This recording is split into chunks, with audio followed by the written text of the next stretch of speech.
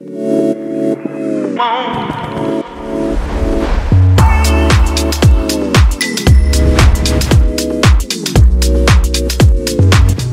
a ngi teewlu seen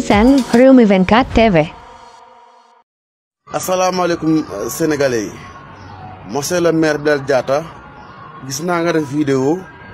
di wax ci cas boobu ma lay xamal ne la du yow tudduma sa mairie tudduma sa sant je sais que du yow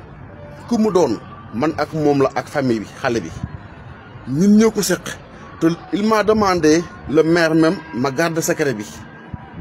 bu ko kenn yéeg adduna bu mu neex bu mu naqari bu kenn yéeg ko te man loolu dinaa ko samal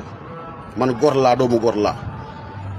lu ñu waxanteeg doomu aadama rek secret boobu dama koy garder même sax su buñ may torturer buñ may rey yàlla xam na ne en tant que le maire mu respecté rek les conditions bi ñu d'accord woon les points bi ñu d'accord mag moom points yooyu amul benn mbindeef boo xam te ne yaa ngi nooyu ci kaw suuf ma osé ne la diw la vous voyez man nag monsieur le maire Bilal Diatta tudduma la waxuma sa tur waxuma sa sant waxuma mairie bi nga nekk je sais que du yow du ma waay wax tooñ ma ñi ko seq ñett lañ man famille xale bi ak monsieur le maire a accepté mu doon bàyyi gone gi dina ko jël en charge d'ailleurs mu ngi def ay jéego sutura bi nag dina daw loolu man ak moom la keneen bokk ci